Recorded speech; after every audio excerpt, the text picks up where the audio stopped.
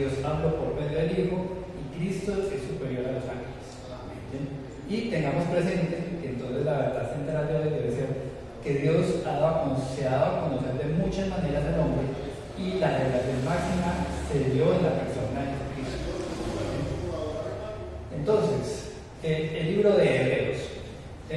¿Alguno de pronto tiene idea de qué es ese edificio que hay ahí? ¿Tiene cara como de qué? Parece una sinagoga.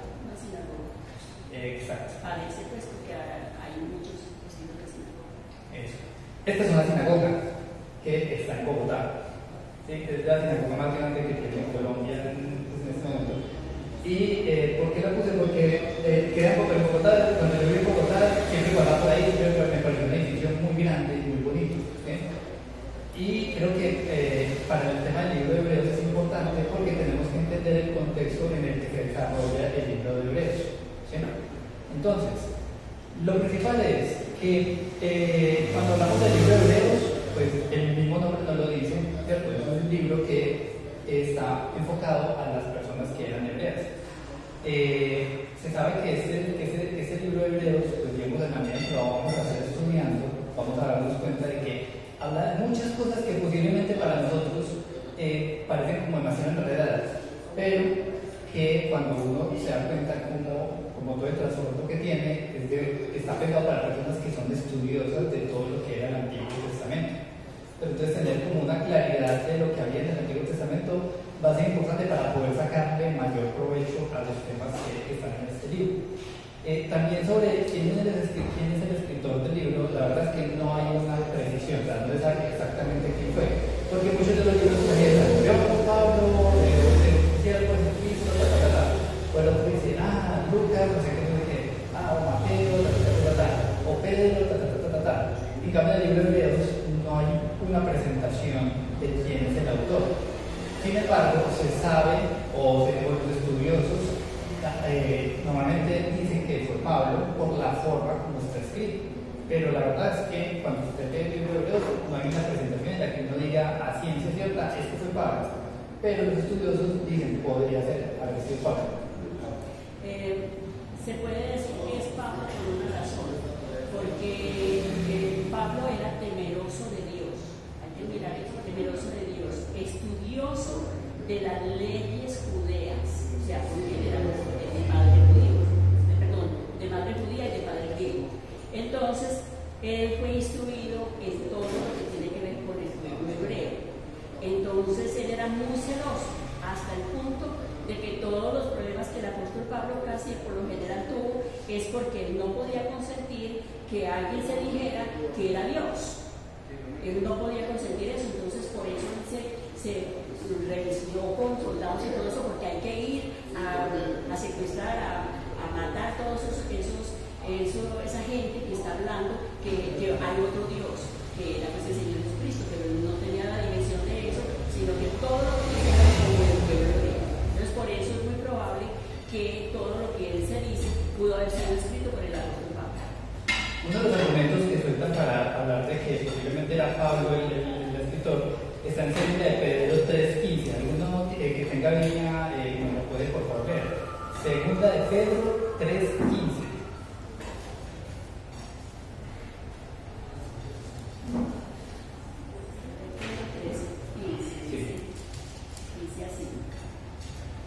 No améis el mundo ni las cosas que están en el mundo. Si alguno ama al mundo, el amor del Padre no está en él. Segunda de Pedro. Perdón. 3:15. Sí, pero no. Que haya entendido que la paciencia de nuestro Señor es para salvación, como también nuestro amado hermano Pablo, según la sabiduría que le ha sido dada, os ha escrito. Entonces, de cierto modo, uno sabe que Pedro como que endorsó, la palabra endorsar es como dar apoyo a lo que Pablo había escrito, y sabemos que Pablo hizo muchas epístolas, pero en particular solo ahí tenemos una pista y es por la forma como se escribió el libro de Hebreos. Pero recuerden que alguien dice, no, es que Hebreos lo escribió Pablo. No sabemos, el libro no da pues como la instrucción de que esto fue escrito por esta persona. Pero ahí dice que Pablo lo escribió en hebreo.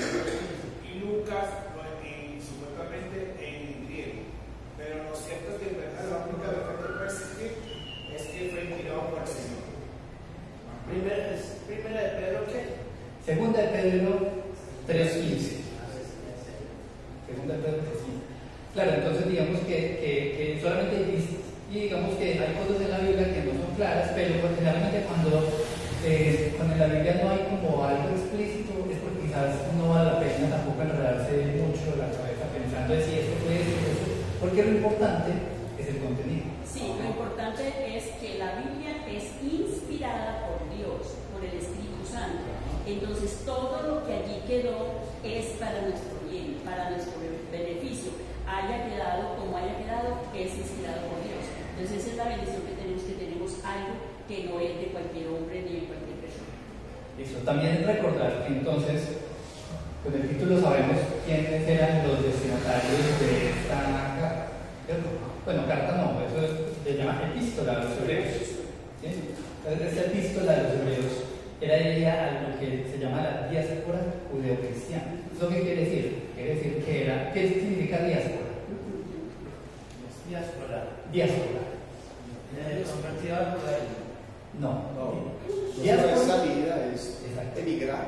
Entonces, básicamente, cuando dicen la diáspora, aquí tenemos a otra persona que salió de una diáspora. Sí, que salió, que se veía solo. En aquella iglesia, se llama la diáspora venezolana.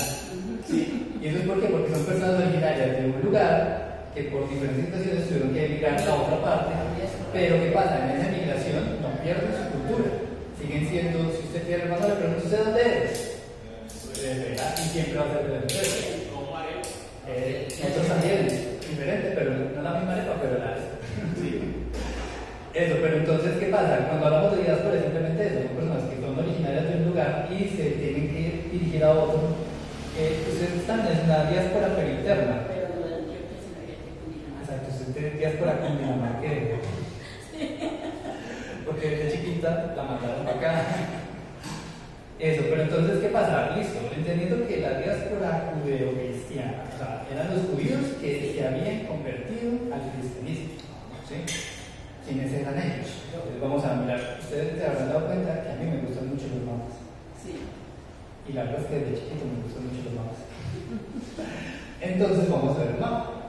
Resulta que este mapa es aproximadamente por la época del Imperio Romano, ¿sí? El Imperio Romano, pues como el momento histórico que le tocó al Señor Jesucristo y a los primeros cristianos, estaban en el Imperio Romano. Y vemos que en amarillo era como toda la región que controlaba el Imperio Romano. O sea, cuando decían, el Imperio Romano era toda esa región. Eso es gigantesco, es una cantidad de tierra gigante. Y lo que está en azulito son las regiones donde habían asentamientos judíos. Sí. Entonces, ¿qué es lo que sucede? Cuando empezamos en el libro de Hebreos, ¿cierto? Todas las, todos los viajes misioneros que se hacían, siempre había como el ABC de cómo era que llegaban los misioneros. Ellos eran judíos, entonces ellos llegaban directo a una sinagoga. ¿Eso qué implicaciones tiene? Implica que antes ya habían judíos en ese lugar y eran judíos que estaban asentados, por lo tanto ellos ya tenían una sinagoga. Entonces ellos, los misioneros, llegaban directamente a la sinagoga a predicar la palabra y a explicar, ¿cierto? O sea, las personas que llegaban a la sinagoga, pues generalmente llegaban, usted es judío, listo, y si era una persona, sobre todo, por ejemplo, Pablo, que era instruido por rabinos, entonces llegaba y directamente le decían, usted es instruido por rabinos, le daban el espacio para que pudiera hablar. Entonces él básicamente empezaba a explicar la palabra. Y de hecho, esa es una de las razones por las que se sospecha que era Pablo, porque Pablo, en esos viajes misioneros, pues tenía que estar en contacto muchas veces con judíos. ¿Qué pasa con los judíos de esta época? Todos esperaban al Mesías, pero muchos o todavía no habían escuchado a Jesucristo y no lo consideran el Mesías, o por el contrario, lo habían escuchado y decían, no queremos creer que Jesucristo sea el Mesías. ¿Sí? Pero entonces, ¿qué pasa? Los misioneros llegaban primero y era predicarle a los judíos.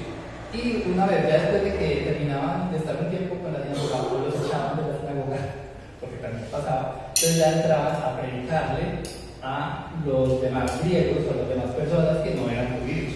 Entonces, cuando vemos las regiones donde había más asentamientos judíos, vemos que, por ejemplo, en el lado de Egipto, por el lado de Alejandría, había una comunidad muy grande, obviamente también era importante.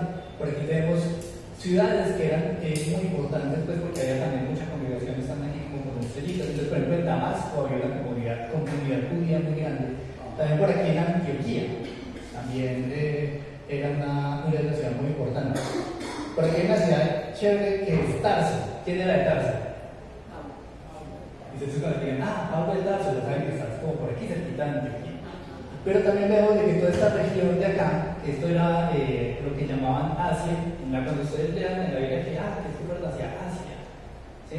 Entonces Asia se refería a esta región de acá. Había muchas ciudades, particularmente había una muy importante aquí, que está con grande, que si no sé si alcanzan a leer, ¿qué dice acá? Éfeso. Éfeso, exacto. Y por acá había otra también muy grande, se llama Corinto. Y por allá también estaba Roma. Y bueno, digamos que había ya más hacia este lado, había menos cantidad, porque obviamente entre más lejos del área de Israel. Acerca Asia. Entonces, ¿qué pasa? Esa era como básicamente toda la comunidad judía que había.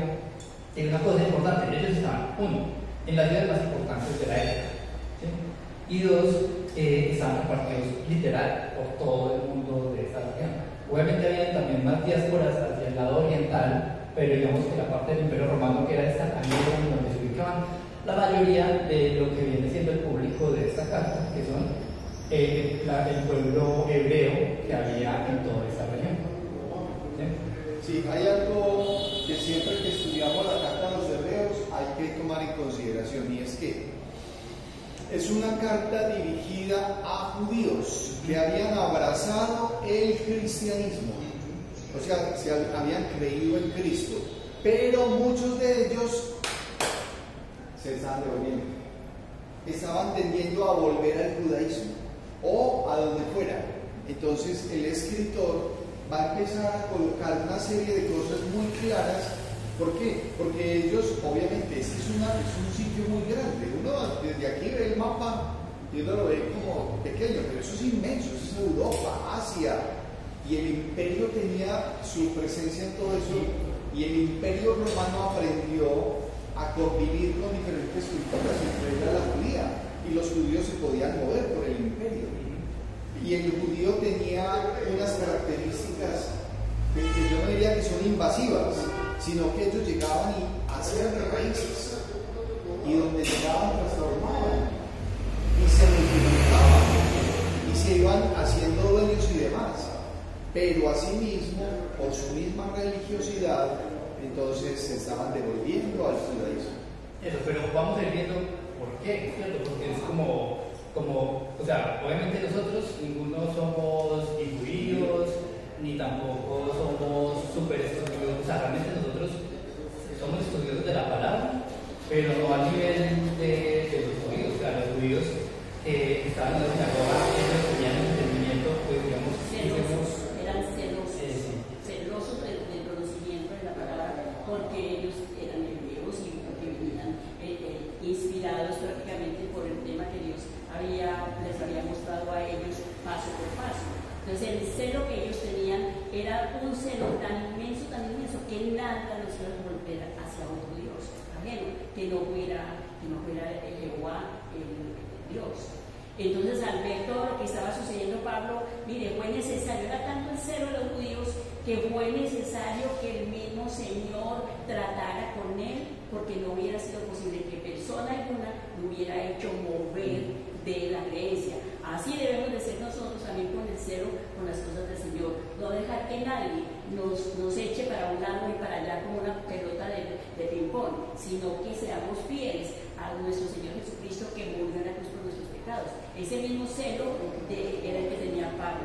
Así el celoso era hasta el punto que fue necesario que el mismo Dios lo tocara.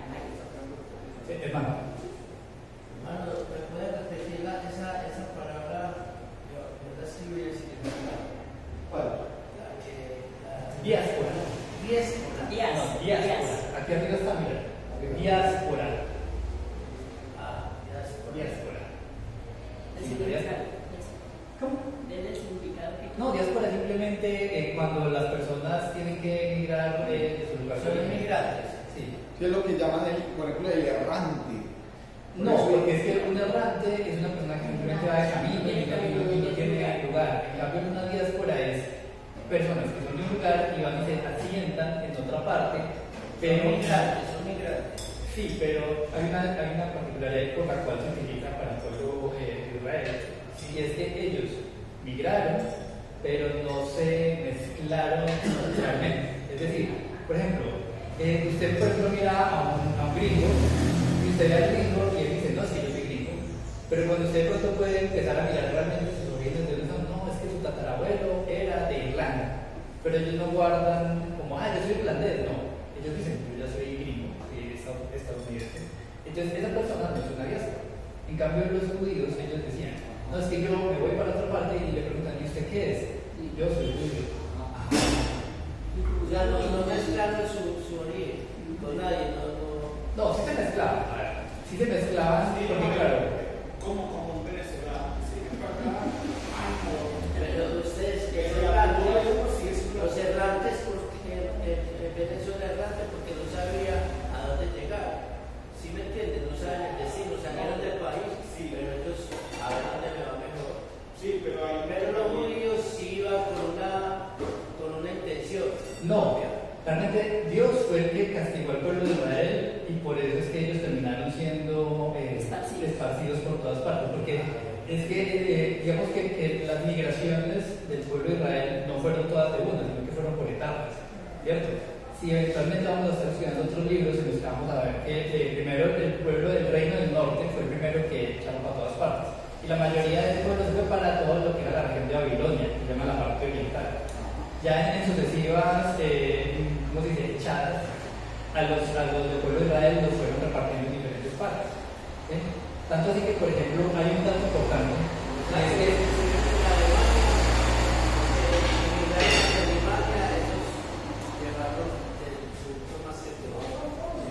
pero hay un punto importante, y es que se sabe que este libro fue escrito antes del año 70, porque por la forma como se escribe se entiende que el templo todavía existía.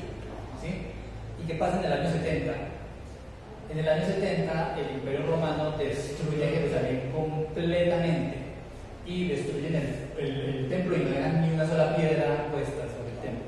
Y lo destruyen totalmente, lo que era el templo que le tocó al Señor Jesucristo, ya para el año 70 fue destruido totalmente. Y eso de hecho fue una profecía.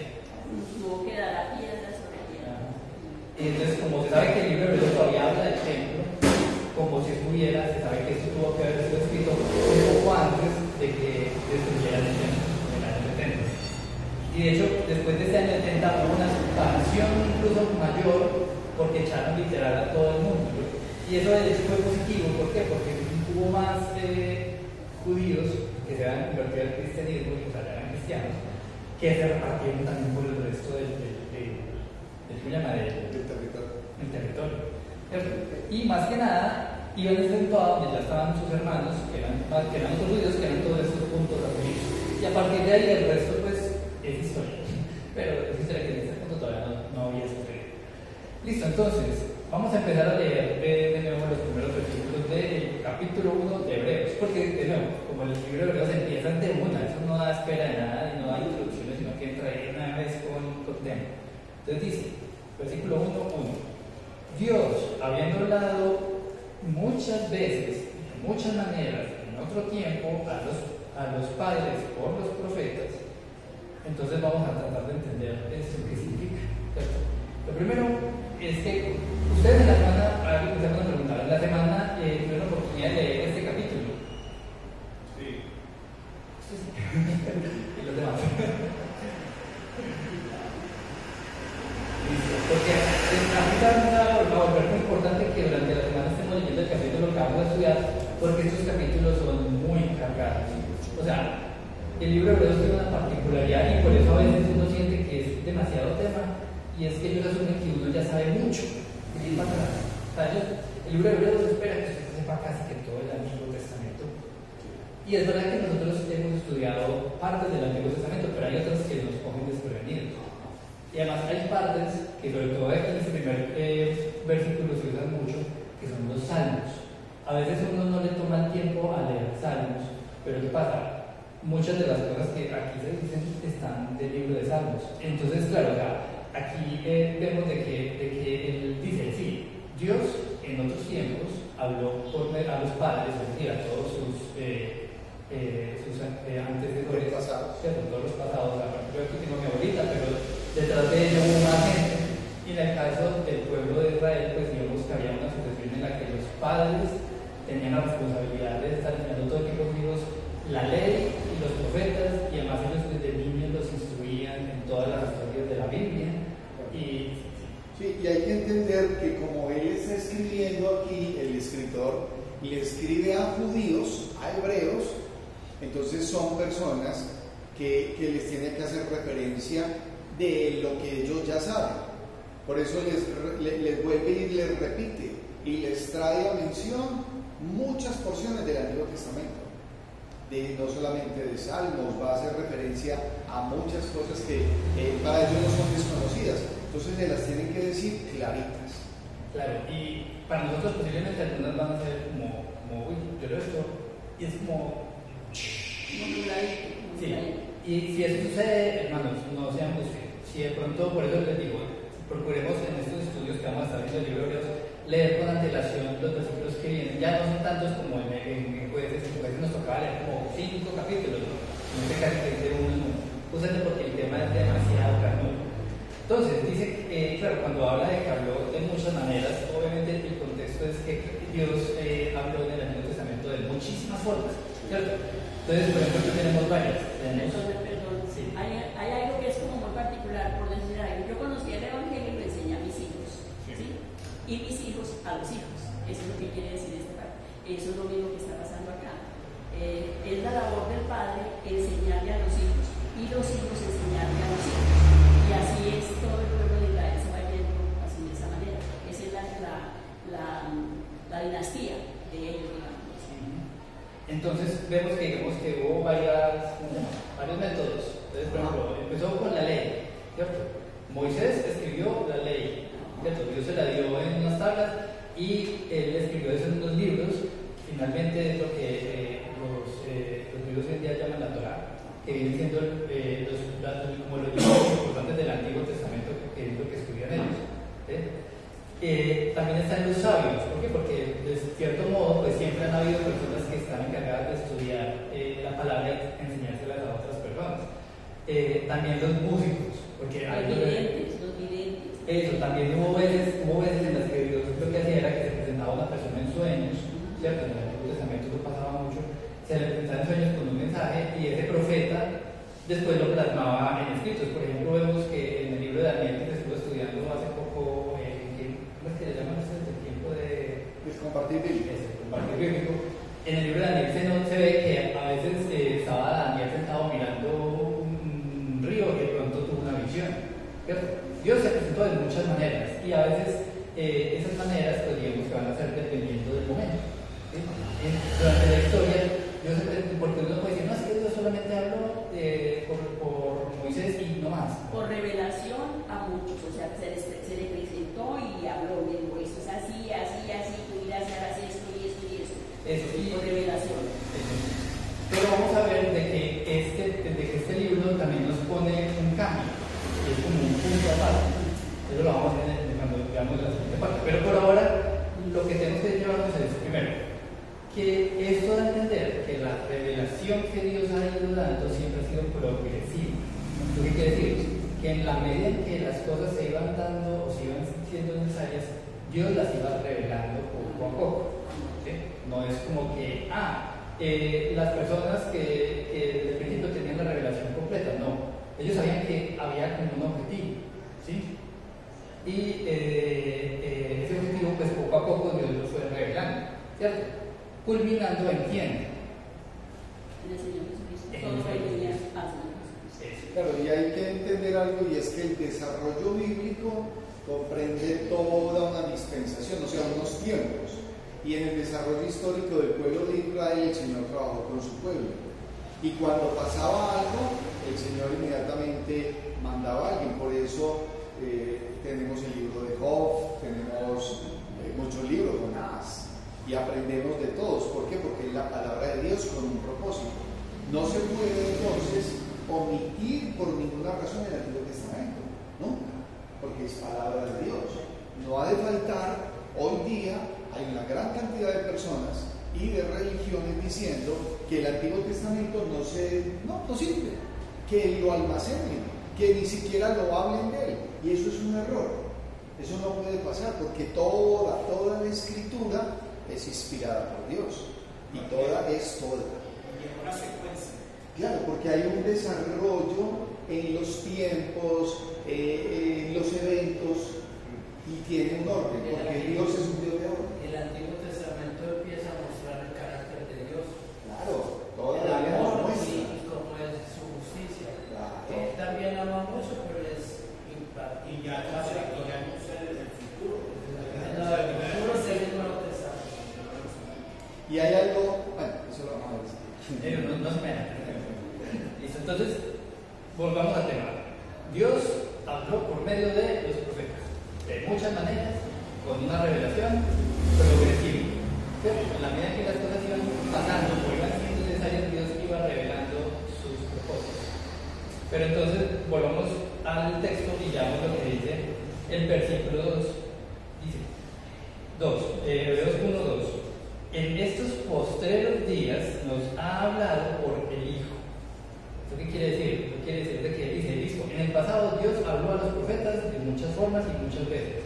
Pero para el día de hoy, o sea, hoy del escritor del libro de Hebreos, Dios nos ha hablado por medio del Hijo.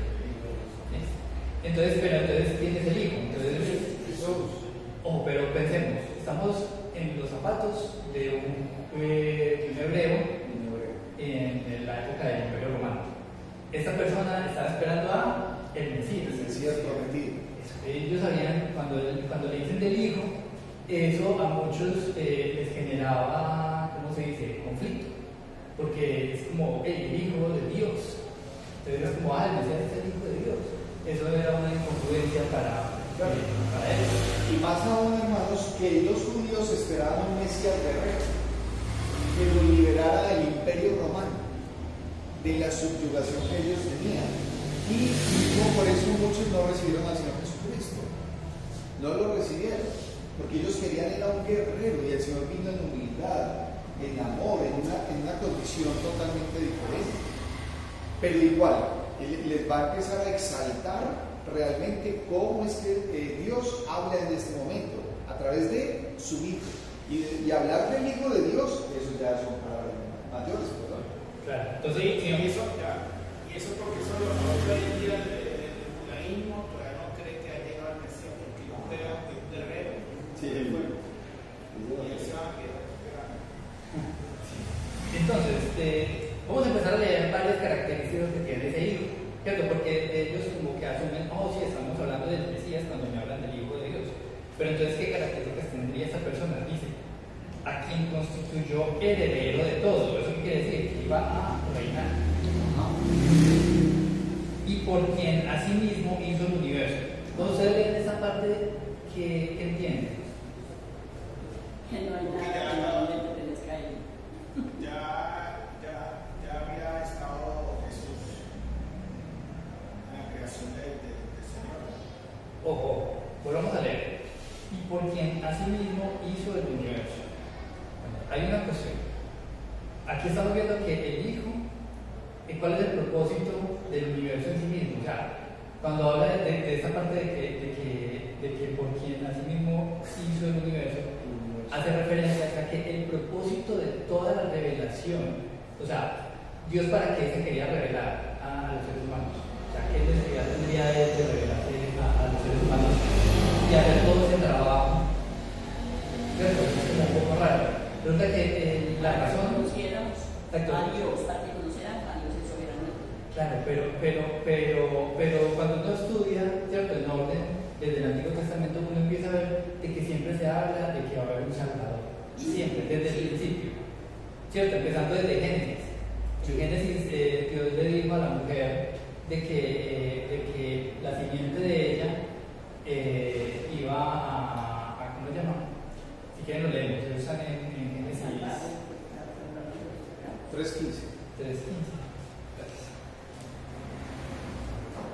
3:15 dice, y pondré enemistad entre ti y la mujer, entre tu simiente y la simiente suya.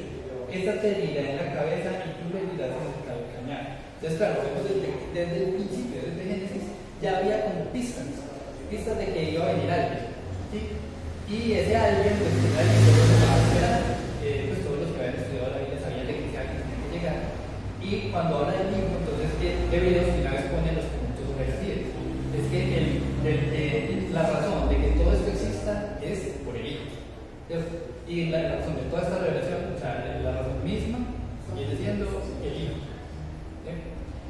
Por eso les digo, este libro de Hebreos es complicadito de leer, si uno lo lee así de corrido, uno lee 3 versículos y uno queda como que, ay, ¿cómo así que es toda esta cantidad de cosas? Yo creo que para leer ese Hebreos tenemos que leer toda la Biblia muchas veces. Para entender la profundidad, yo creo que sí.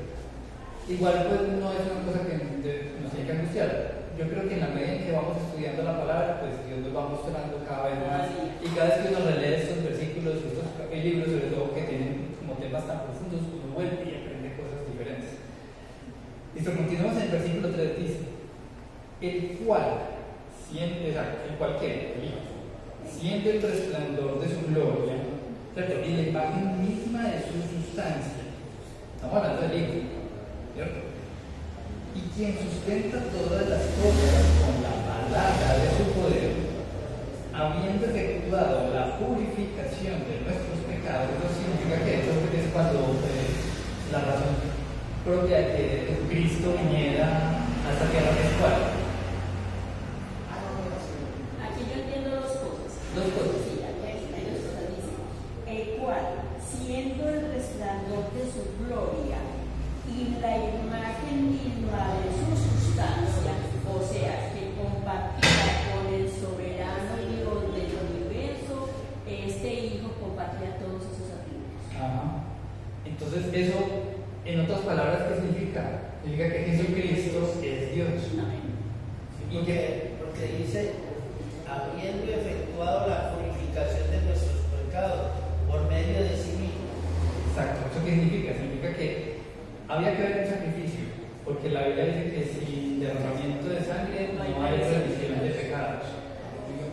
Entonces se sabía de que había que haber un sacrificio, pero ¿qué pasa? En la época del templo los sacrificios eran constantes, tenían que hacer sacrificios cada año aproximadamente. Con el sacrificio del Señor Jesucristo ya no hay necesidad de más. Una vez para siempre. Una vez para siempre.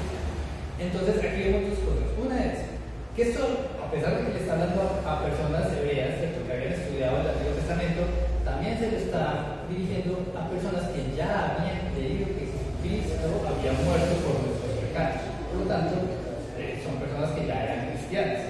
¿Sí? Solo que son cristianos que tienen ya suficiente conocimiento de la palabra. ¿Sí? Sigamos leyendo el versículo 3. Purificación de nuestros pecados por medio de sí mismo. Se sentó a la diestra de la majestad en las alturas. ¿Qué quiere decir? De que se le dio todo lo que tenía que hacer, la revisión de nuestros pecados, entonces se sentó otra vez a la diestra del Padre. Entonces, ahí vemos varios puntos. El primero es que él hizo. Sabemos que Jesucristo completó la revelación. ¿Qué quiere decir? De que la razón principal, o mejor dicho, la razón única de que existiera una revelación, era que al final Jesucristo cumpliera, ¿cierto?, y fuera revelado a nosotros. ¿Sí? Esa es la razón, porque a veces uno dice, uy, pero ¿para qué la Biblia? ¿Para qué tanto? No, es porque todo esto iba aconteciendo con el objetivo de que finalmente, cuando llegara Jesucristo, la revelación toda se cumpliera. Sí, perdón, te iba a decir algo, no sé si ya lo dijeron.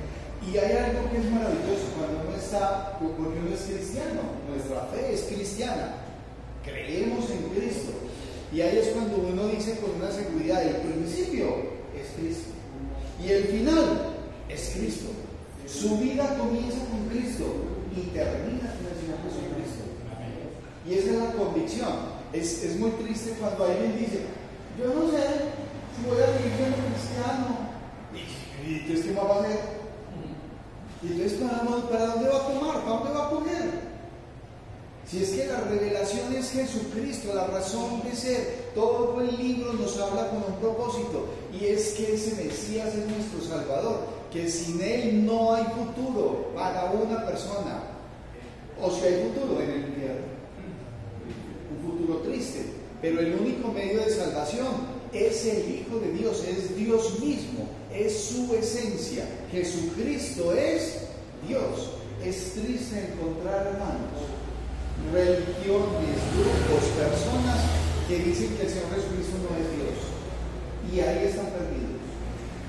Y la mente les vuela y dicen unas bestialidades. No, hombre, mire, el Señor Jesucristo es Dios. Si usted no, si no es Dios, entonces ¿en quién cree usted? Es la esencia misma. Listo. Entonces, para continuar, entonces, esa parte creo que es suficientemente carnalita, ¿cierto? Entonces, o sea, uno lo puede leer varias veces para entenderlo como a profundidad, pero digamos que son de las cosas que uno lee y dice, ¿Ya le entiendo el versículo 3? Sí, señor. Hermanos, ese versículo 3 es potente. Es un versículo para uno aprendérselo de memoria. Y cada vez que salga no es así, porque aún en este tiempo hay gente diciendo que no. Y entonces el escritor de Hebreos dice, el cual siendo el resplandor de su gloria, es el resplandor de su gloria, y la imagen misma de su sustancia. Es que es la imagen misma de su sustancia, de su esencia. Y quien sustenta todas las cosas con la palabra de su poder. Es que sustentar es esto, es soportar, es la columna. Mire, usted ve esta edificación que hay acá. Si esta columna no estuviera acá, ¿qué pasa? Se cae. Jesucristo es esta columna que sustenta. Nosotros sin Cristo no somos nada. ¿Qué sustenta nuestra vida? Cristo. Es maravilloso ser cristiano, hermanos. Es lo único. Yo no quisiera hacer otra cosa. Es como un pastor que el núcleo es Dios, la fuerza del poder es Dios, el núcleo. Y el resplandor, lo que brilla, todo lo que ilumina es Jesucristo. Sí. Habiendo efectuado la purificación de nuestros pecados por medio de sí mismo. Es que no es cualquiera el que murió, es Dios mismo. El que murió por usted, o sea, y murió por mis pecados, me dio solución. Es que nosotros no podemos solucionar eso. Solamente Cristo lo puede solucionar. Y hay una cosa, este solo versículo es casi como un, ¿cómo se dice? Un pastel, pues Es un manual de ruta. Sí, pero si usted va a analizar un judío, es como, ¿de qué le hablan a esta persona? Entonces el versículo 3 es suficiente para uno tener tema para hablar. Pero Ahora, hay otra cosa, en el versículo 4, vamos a continuar leyendo. Dice, hecho tanto superior a los ángeles, cuanto heredó más excelente nombre que ellos. Entonces, ¿qué pasa? Por ejemplo, hoy en día, ¿cuál es una de las religiones más grandes del mundo en cuanto a cantidad de seguidores? Los cristianismos es una claro, pero digamos que es muy difícil contabilizar, porque eso se mide como, este país es católico, pero no diga que todos sean católicos. O que todos, porque por ejemplo, técnicamente Colombia sería un país católico, pero nosotros no somos parte de los católicos. Si hay musulmanes, hindúes. Eso, resulta que los musulmanes son unos de los que los musulmanes, cuando leen, ellos a veces puede ser gente estudiosa que igual lee lo que escribió Jesucristo, pero ellos no lo ven como Dios, ellos lo ven solo como un profeta muy importante y lo respetan porque dice, pero resulta que ellos le quitan esa deidad que tienen. ¿Y qué pasa con los hebreos, los judíos, que tampoco consideraban que Jesucristo era Dios y decían, no, es que es casi como un ángel, como un mensajero más, como un profeta más? Entonces aquí vamos a ver que entonces el libro de Hebreos empieza a hablar sobre, venga, es que Jesucristo no es lo mismo que un ángel, Jesucristo es más que Es un que hay ángel. personas que creen que ven al Señor Jesucristo como si fuera un ángel, y él no es un ángel, es superior a los ángeles. Hermanos, a partir de aquí hay una cantidad de versículos. Si de pronto los quieren leer con calma y quieren sacarle una foto a estos versículos, lo pueden hacer para que lo tengan ahí presente. Les llama la atención. Igual yo creo que en la mayoría de las Biblias también están como los, ¿cómo se dice? Como las ayuditas pues para saber, este pasaje que se leyó está en el original, entonces aquí vemos varios pasajes. Entonces el escritor de Hebreos dice, bueno, no es superior a Daniel, pero ¿por qué? Entonces él entra a sustentar, ¿cierto? A explicar por qué la misma palabra daba pistas de que el Mesías no iba a ser un ángel, sino que iba a ser Dios mismo. Y empieza a mostrar cómo Dios habla de los ángeles y cómo Dios habla de quien sería el heredero, o sea, Jesucristo, finalmente. También una cosa notable, en el capítulo 1 de Hebreos no se dice la palabra Jesús en ninguna parte, solamente habla del Hijo, habla de Dios, ¿cierto? Y da a entender sobre ese Mesías qué características tenía. El nombre de Jesucristo lo vamos a ver en el capítulo 2, pero para cuando vuelvan y lo lean, ¿cierto? Si leen el capítulo 1 de nuevo, van a darse cuenta que Jesús, como nombre Jesús, no está todavía escrito. ¿Por qué? Porque a veces eso podría generar un choque cuando usted quizás iba a evangelizar con un judío. A mí, por ejemplo, me ha pasado que voy a tratar temas con alguna persona pues, que nunca ha leído las escrituras o que las ha leído pero que no ha podido entender y dicen, no, a mí me gusta ese libro de Hebreos porque es que ese libro de Hebreos es como raro y habla como de tantas cosas y yo no lo entiendo, o sea, no lo pueden entender. ¿Por qué no lo pueden entender? Porque no leen para entender. Y entonces, como no leen para entender, desde Génesis hasta Apocalipsis, entonces cuando llegan a Hebreos se estrellan. ¿Sí? Y que ese es un libro que si uno quiere leerlo bien, entonces se le vuelve un enredo, porque es como yo estoy leyendo y no entendí. Pero entonces está el numerito que me dice, o la letrística chiquitica que dice, es que te toca ir a leer. Y ya, vamos a estar yendo y yendo. Eso es una cosa que vamos a estar por tiempo, obviamente no nos va a dar para leer cada uno de esos versículos exactamente todo el contexto del que dice. Pero digamos que ya el libro de Hebreos nos hace como el resumen, ¿cierto? Como el pedacito importante, ¿cierto? Entonces, versículo 5 dice, porque ¿cuál de los ángeles dijo Dios jamás? Lo siguiente, mi hijo eres tú, yo te he engendrado hoy. Eso está en un Salmo 2.7.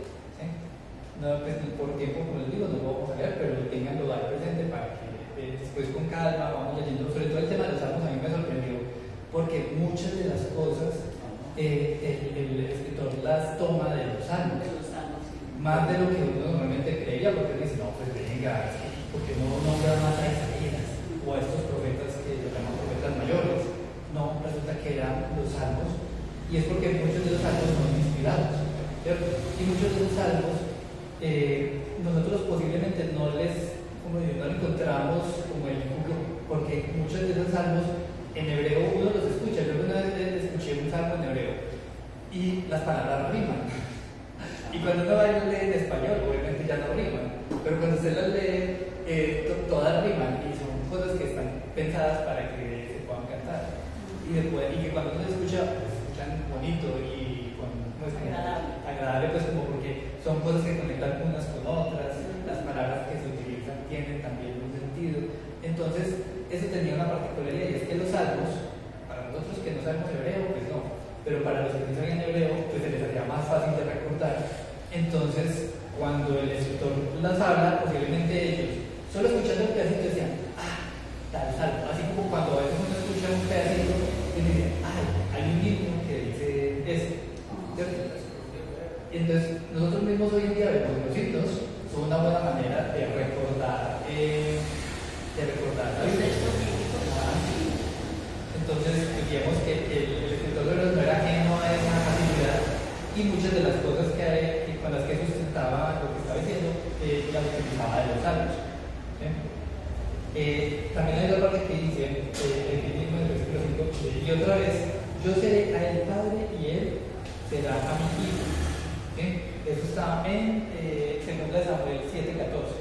Resulta que particularmente este es interesante, ¿cierto? Porque en el contexto de Samuel 7:14 es de cuando Dios estaba dándole a Samuel, el profeta le estaba diciendo a David que él no iba a construir el templo, sino que el templo lo iba a construir un hijo de él, ¿sí? Que finalmente iba a ser Salomón. Pero cuando uno lee el pasaje completo, uno dice, ah, sí, por el contexto. Yo le seré a él por padre y él me será a mí por hijo. Pero espera. Cuando uno lee ese texto, uno, por el contexto, uno dice, ah, sí, está hablando de Salomón, ¿cierto? Un hijo de David que iba a construir. Pero cuando uno lee justo este pedacito que dice, yo le seré al padre y él me será a mi hijo, es una de esas porciones que lo dejamos pensativo porque es como, o sea, que Salomón iba a ser el hijo de Dios. No. Entonces, esos son de esos pasajes que en la medida en que las personas, ¿cierto?, estudian más la palabra, uno a veces pasa por encima, ah, sí, pero esos pequeños detallitos que uno como que no entiende, pero no, eso no importa, ¿no? Porque que muchos de esos sí tienen importancia. Entonces, digamos, esto nos sirve de ejemplo de que, bueno, cuando leemos, ah, sí, entendemos la historia y tal, pero realmente, ¿cuál es el sentido de lo que dice cuando de pronto no entendemos algo? Cuando uno está leyendo y no ha entendido el 100% de lo que está diciendo el texto, posiblemente sea necesario estudiar un poquito más, ¿sí? O porque sea que nos falta contexto histórico, o porque realmente el texto está dando una profecía, como era este caso, con lo que le dijo el profeta David sobre Salomón, que finalmente no era Salomón, era una profecía sobre que vendría un hijo de Dios, ¿cierto? No, ahí más que todo es hablando porque es que el Señor trató a David como su hijo quiso, ¿cierto? Y entonces él ya le hace la promesa del reinado a Salomón y le dice, yo seré su padre y él será mi hijo, ¿sí me entiendes? Pero estaba hablando de que lo iba a amar y todo eso, porque después vemos al final que Salomón apostató pues prácticamente, Dios haciendo obras que no podía hacer. Entonces, pero él lo trató como padre. Pero ahí en esa parte, a nosotros, para Dios somos como siervos. Y en aquella época, y cuando David y toda esa gente eran siervos de Dios.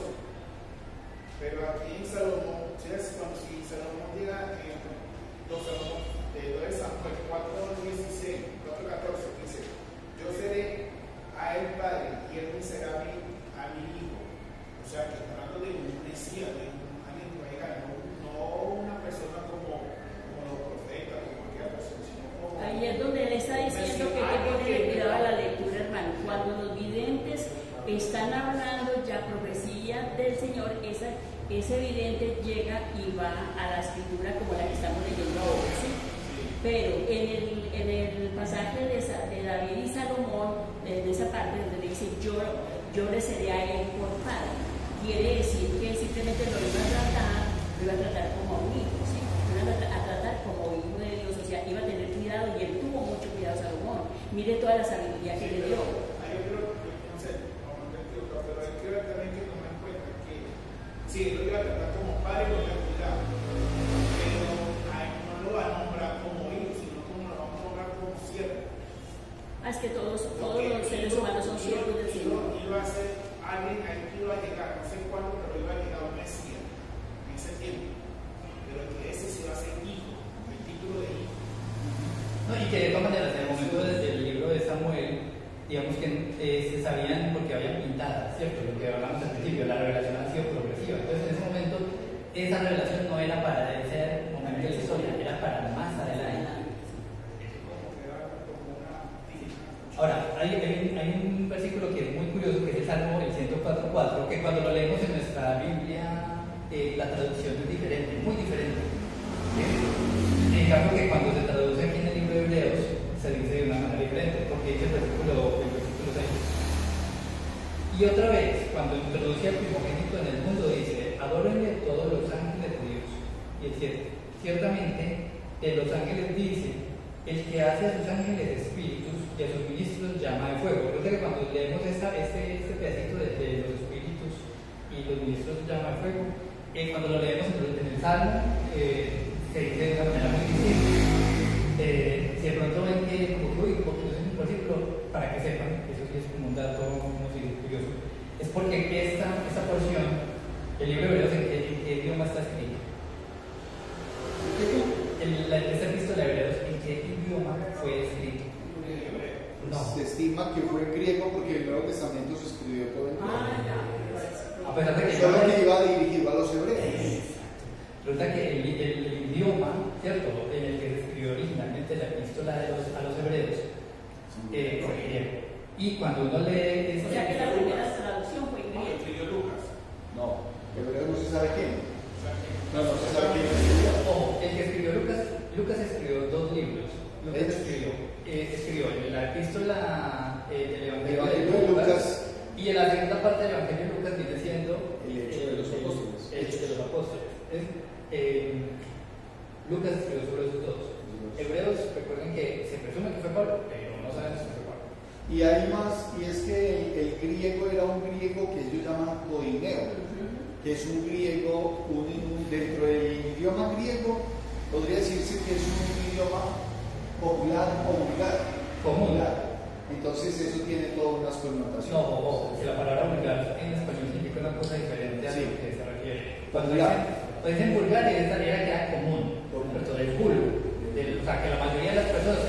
Usted sabía griego koineo, y usted era de, no sé, de la región de por allá de España, y se venía a viajar por acá a Egipto, y usted hablaba en griego koineo y le iban a entender. Pero no era lo normal, o sea, era que uno entendía, es como por ejemplo, si una Inglés hoy en persona día. se va para Estados Unidos y aprende allá pues algo del inglés, no lo va a hablar igual a como lo habla el de allá, entonces es la parte vulgar, lo que llaman vulgar, el común. Eso, hoy en día la diferencia sería de lo que llaman el inglés simple. Sí. Que no es un inglés así que súper letrado de gente estudiosa, sino que es un inglés que por lo menos puedo preguntar dónde está el baño. Bueno, algo así. Pero sí, era el idioma griego. ¿Y qué pasa? En la traducción al griego, el sentido que se le da a esta parte tiene que ver con ángeles y con espíritus. Cuando uno lo lee del hebreo, que era el original, el sentido cambia un poquito. Pero es para que cuando lo lean en el original, se van a darse cuenta pues por qué. Listo, de todas maneras, pues lo que les decía, si quieren anótenlos o tomen una fotito, si los quieren tener ahí. Pero la parte importante viene allá al final, versículo 8. Mas del Hijo dice: tu trono, oh Dios, por el siglo del siglo, cetro de equidad es el cetro de tu reino. Has amado la justicia y aborrecido la maldad, por lo cual te ungió Dios, el Dios tuyo, con óleo de alegría más que a tus compañeros. Y tú, oh Señor, en el principio fundaste la tierra.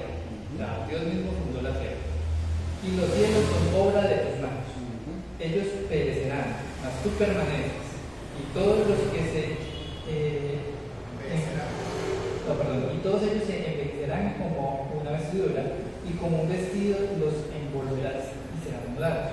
Pero tú eres el mismo y tus años no acabarán. En el 13 dice: pues a quién de los ángeles dijo Dios jamás: siéntate a mi diestra? Hasta que ponga a tus enemigos por estrado de tus pies.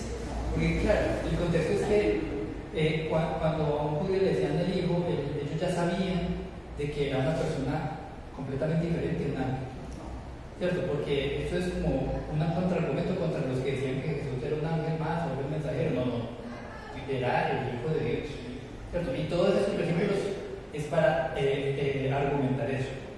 Y el versículo 14 dice: no son todos espíritus ministradores enviados para servicio a favor de los que serán herederos de la salvación. Entonces, claro, de todas maneras no hay que desconocer que la Biblia sí habla de que había ángeles, pero resulta que cuál era el propósito de los ángeles. Ojo, dice, para servicio a favor de los que serán herederos de la salvación. Y esta parte, con este artículo cerramos este capítulo. ¿Por qué? Porque la parte importante, o ¿cómo se dice? Lo que no podemos olvidar, porque claro, mucho texto, muchos versículos, pero ¿cuál es la razón? Que los ángeles estaban ahí era para que sirvieran a los que iban a ser herederos de la salvación. Es decir, a los seres humanos que íbamos a ser salvos. ¿Sí? Entonces no puede ser que Jesucristo iba a ser un mensajero más cuando él mismo era el objeto que iba a ser sacrificado para que fuera la salvación. O sea que en el futuro simplemente pues van a ser espíritus ministradores prácticamente que a los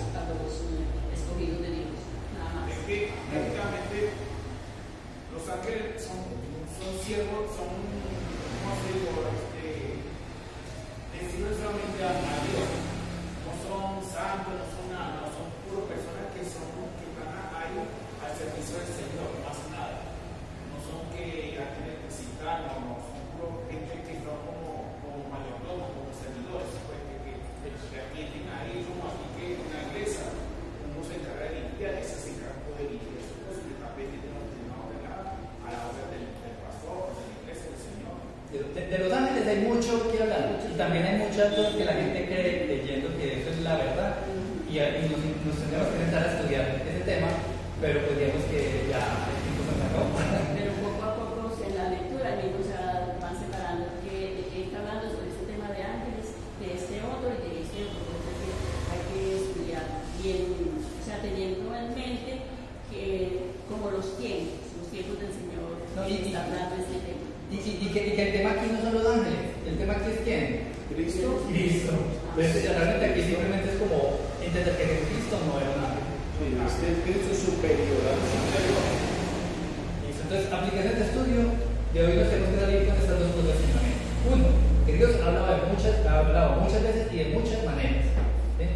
Y que Dios ha hablado por el Hijo, ¿cierto? Por el Hijo.